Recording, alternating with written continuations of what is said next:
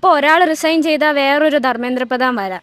ഇതൊരിക്കലും ഒരു സൊല്യൂഷൻ അല്ല, പക്ഷേ എനിക്ക് തോന്നിയത് എല്ലാത്തിൻ്റെ ഒരു തുടക്കമാണ്. പ്രൊട്ടസ്റ്റ് ആ ഒരു എക്സ്റ്റെൻറ്റ് വരെ എത്തിയത് കൊണ്ടാണ് ഇന്ന് ഇതേപോലെ അത്രയും ഒരു പവർഫുൾ ആയിട്ടൊരു മിനിസ്റ്ററിനെ നമുക്ക് താഴെ ഇറക്കാനായിട്ട് പറ്റിയിട്ടുള്ളത്. നമ്മളെ കുഞ്ഞുങ്ങൾ അടിപൊളിയാണ്, ജെൻസി എല്ലാം സൂപ്പറാണ്. ഒടുങ്ങാത്ത പ്രക്ഷോഭങ്ങൾ, പ്രതിഷേധങ്ങൾ. ഒടുവിൽ ഇന്ത്യയിലെ യുവജനങ്ങൾക്ക് മുമ്പിൽ കേന്ദ്രം മുട്ടുമടക്കിയിരിക്കുകയാണ്. അതെ, കേന്ദ്ര വിദ്യാഭ്യാസ മന്ത്രി ധർമ്മേന്ദ്ര പ്രധാൻ രാജിവെച്ചിരിക്കുന്നു. ഇതോടെ ഇന്ത്യയിലെ ലക്ഷക്കണക്കിന് വരുന്ന ജനങ്ങളുടെ ഭാവിയുടെ കാര്യത്തിലുള്ള ആശങ്കകൾക്ക് പരിഹാരമായോ?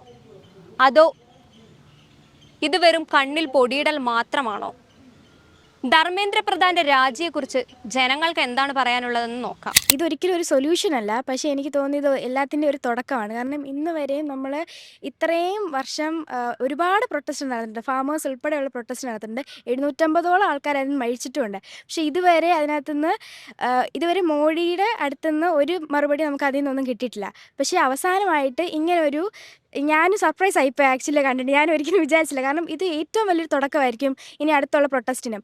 കാരണം ആദ്യം നമുക്ക് ഒരു പ്രൊട്ടസ്റ്റ് നടക്കുമ്പോൾ അതിനൊരു സൊല്യൂഷൻ കിട്ടുന്നത്, ഇതൊരു സൊല്യൂഷൻ അല്ല, പക്ഷേ ഇത് ആക്ച്വലി എനിക്ക് തോന്നുന്നു ഇത് ഒരു സ്റ്റാർട്ടിംഗ് ആണ്. ആ സ്റ്റാർട്ടിങ്ങിൽ നിന്ന് ഇനി അങ്ങോട്ട് പ്രൊട്ടസ്റ്റ് നടത്തുമ്പോൾ ഇതേ കണക്ക് തന്നെ ആയിരിക്കും. അതിന് ഒരു മറുപടി അവർ തരാൻ വേണ്ടി അവർ ആ ഒരു സിറ്റുവേഷൻ വരെ അവരെത്തി. കാരണം ഇത്രയും നാൾ ഒരു സംഭവത്തിന് പോലും ഒരു വീഡിയോയോ അല്ലെങ്കിൽ ഒരു ഒരു ഒരു എന്തെങ്കിലും ഒരു കുറിപ്പ് പോലും ഇൻസ്റ്റഗ്രാമിൽ ഒന്നിലും മോഡി തന്നിട്ടില്ല. പക്ഷെ ലാസ്റ്റ് ആ ഒരു സിറ്റുവേഷൻ വരെ എത്തി. കാരണം ഇത് അത്രയും ആൾക്കാർ ഇവിടെ അറിഞ്ഞിരിക്കുന്നു. കുറച്ചുകൂടെ ഗവൺമെൻറ് കുറച്ചുകൂടെ ഞങ്ങളെ വെച്ചാൽ നമ്മൾ പറയുന്ന കാര്യങ്ങളായാലും അത് എടുക്കേണ്ട രീതിയിൽ എടുത്തിട്ട് അതിനെക്കുറിച്ച് ചിന്തിച്ചിട്ട് വേണം ഓരോ കാര്യങ്ങൾ ചെയ്യാൻ. അല്ലാതെ അവരുടെ ഭാഗത്തു നിന്ന് അത് പൊളിറ്റിക്കലി എടുത്ത് അല്ലെങ്കിൽ റിലീജിയസ്ലി അത് കണക്ട് ചെയ്തിട്ട് അങ്ങനെ ചെയ്യേണ്ട ഒരു ആവശ്യം അവർക്കില്ല. പ്രൊട്ടസ്റ്റ് ചിലപ്പോൾ നമുക്ക് അവിടെ ഡൽഹി വരെ പോകാൻ പറ്റില്ല, ജന്തർ മന്ദർ വരെ നമുക്ക് പോകാൻ പറ്റിയെന്ന് വരത്തില്ല. പക്ഷേ നമുക്ക് വീട്ടിൽ ഇരുന്നായാലും ഇതിനെ സപ്പോർട്ട് ചെയ്യണം. ഒരു സ്റ്റോറി ഇടുന്നതാണെങ്കിലും അതിനൊരു ഇമ്പോർട്ടൻസ് ഉണ്ടെന്ന് നമുക്ക് അവർ തന്നെയാണ് മനസ്സിലാക്കി തന്നത്. നമ്മുടെ കുഞ്ഞുങ്ങൾ കുറേ പേര് ഇപ്പം മരിച്ചിട്ടുണ്ട് ഈ നീറ്റ് കാരണം. അപ്പോൾ അതിൽ ഒരു അമ്മയെന്ന നിലയിൽ എനിക്ക് വളരെയേറെ വേദനയുണ്ട് മാനസികമായിട്ട്. അതിപ്പം എൻ്റെ വീട്ടിൽ നടക്കുമ്പോൾ മാത്രമല്ലല്ലോ നമുക്ക് ആ വേദന തോന്നേണ്ടത്. അത് ദൂരെ എവിടെയാണേലും നമ്മളെ മകളുടെ പ്രായത്തിലുള്ള ഒരു കുഞ്ഞ് മരിക്കുമ്പം നമുക്കത് ഭയങ്കരമായിട്ടുള്ള വേദനയുണ്ട്. പിന്നെ ഇപ്പം ഈ രാജി എന്നുള്ളത് ഇതൊക്കെ നേരത്തെ ചെയ്യേണ്ടതായിരുന്നു.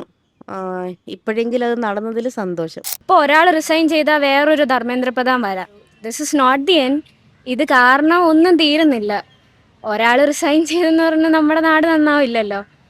But it's happy to see someone take accountability and I hope this is not the end. ഇനിയും ആൾക്കാർ റിസൈൻ ചെയ്യുകയാണെങ്കിൽ എല്ലാവരും ചെയ്യേണ്ടി വരും. But still at least something change. That's a happy thing to see. NEET പരീക്ഷ റദ്ദാക്കിയത് ബന്ധപ്പെട്ട് ഇത്രയും 14 കുട്ടികളായിട്ട് സൂയിസൈഡ് ചെയ്ത്. അപ്പോൾ അത് ഇന്ത്യയിൽ ഇതുവരെ ഇല്ലാത്ത ഒരു കാര്യമാണ് ഉണ്ടായിട്ടുള്ളത്. അതിനെതിരെ കേന്ദ്ര സർക്കാർ, BJPൻ്റെ നേതൃത്വത്തിലുള്ള കേന്ദ്ര സർക്കാർ അതിനുവേണ്ടി ഒന്നും ചെയ്തിട്ടില്ല. അപ്പോൾ ഇപ്പോൾ രാജിവെച്ചത് തന്നെ ഇത്രയും വലിയൊരു പ്രൊട്ടസ്റ്റ് ഉണ്ടായത് കൊണ്ടാണ് രാജിവെച്ചത്. ഇല്ലെങ്കിൽ അതും ഉണ്ടാവില്ലായിരുന്നു. ഒരുപാട് മാനസിക സമ്മർദ്ദമുണ്ട്. അത് കുട്ടികൾക്ക് മാത്രമല്ല അമ്മമാർക്കും ഉണ്ട്, പാരൻസിന് അതേ കണക്ക്. കാരണം കുഞ്ഞുങ്ങൾ ടെൻഷൻ അടിക്കുന്ന, അവർ ഉറക്കമില്ലാതിരുന്ന് പഠിക്കുവാണ്. അപ്പം നമ്മൾ അതുപോലെ അവരുടെ കൂടെ നിൽക്കുവാണ്. അപ്പോൾ കുഞ്ഞുങ്ങൾക്ക് ഉണ്ടാകുന്ന ഒരു മാനസിക വിഷമം തീർച്ചയായിട്ടും പ്രത്യേകിച്ച് അമ്മമാർക്കാണ് പെട്ടെന്ന് അത് ഫീൽ ചെയ്യുന്നത്. അയ്യോ, അവർ ഇത്രയും കഷ്ടപ്പെട്ടിട്ട് ഇങ്ങനെ ആയിപ്പോയല്ലോ. ചിലപ്പോൾ അവർക്ക് നല്ലൊരു ഓൾ ഇന്ത്യ തലത്തിലൊക്കെ നല്ല രീതിയിലുള്ള ഒരു റാങ്കുള്ള വ്യക്തിയായിരിക്കും. നെക്സ്റ്റ് അടുത്ത എക്സാം വരുമ്പോൾ അത്രയും സമ്മർദ്ദമാണ് ആ കുഞ്ഞുങ്ങൾക്ക് വരുന്നത്. അപ്പോൾ ആ നെക്സ്റ്റ് എക്സാമിൽ അവർക്കത് അറ്റൻഡ് ചെയ്യാൻ ചിലപ്പോൾ അതുപോലെ പറ്റിയെന്ന് വരില്ല. അപ്പം അത് ഇപ്പോൾ എന്തോ ഒരു സന്തോഷം, ഇപ്പോഴെങ്കിലും അത് നടന്നല്ലോ. നമ്മളെ കുഞ്ഞുങ്ങൾ അടിപൊളിയാണ്, ജെൻസി എല്ലാം സൂപ്പറാണ്. നമ്മളിപ്പോൾ യൂത്ത് എല്ലാവരും പറഞ്ഞാൽ നമ്മളൊക്കെ ഭയങ്കര ലേസിയാണ്, നമ്മൾ ഒരിക്കലും പുറത്തിറങ്ങില്ല എന്ന് പറഞ്ഞാൽ നമ്മളാണ് ഇപ്പം ഇത്രയും വലിയൊരു പ്രൊട്ടസ്റ്റ് സംഘടിപ്പിച്ചതും. And no one seen anyone enjoy a protest. എല്ലാവരും പറയുന്ന ഫോമോ അടിക്കുന്നതെന്ന്. I mean, if I can go to Delhi, I would have gone. So I'm just happy to see all this happening. At least നമുക്ക് raise ചെയ്യാൻ പറ്റും voice എന്ന് പറഞ്ഞ ഒരു സാധനമെങ്കിലും ആൾക്കാർ മനസ്സിലാക്കിയല്ലോ. ഇനിയും ഇതുപോലുള്ള യൂണിയൻ ഗവൺമെൻറ് സത്യം പറഞ്ഞു കഴിഞ്ഞാൽ ഫ്യൂച്ചറിസ്റ്റിക് ആയിട്ടുള്ള നമ്മുടെ സമൂഹത്തിന് സത്യം പറഞ്ഞ ഒരു വിലയില്ലാണ്ടിരുന്ന ഒരു ഇതായിരുന്നു.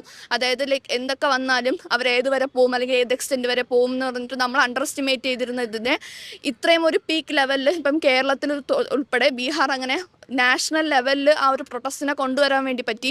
ആ ഒരു പ്രൊട്ടസ്റ്റ് ആ ഒരു എക്സ്റ്റെൻറ്റ് വരെ എത്തിയത് കൊണ്ടാണ് ഇന്ന് ഇതേപോലെ അത്രയും ഒരു പവർഫുൾ ആയിട്ടൊരു മിനിസ്റ്ററാണ് നമുക്ക് താഴെ ഇറക്കാനായിട്ട് പറ്റിയിട്ടുള്ളത്.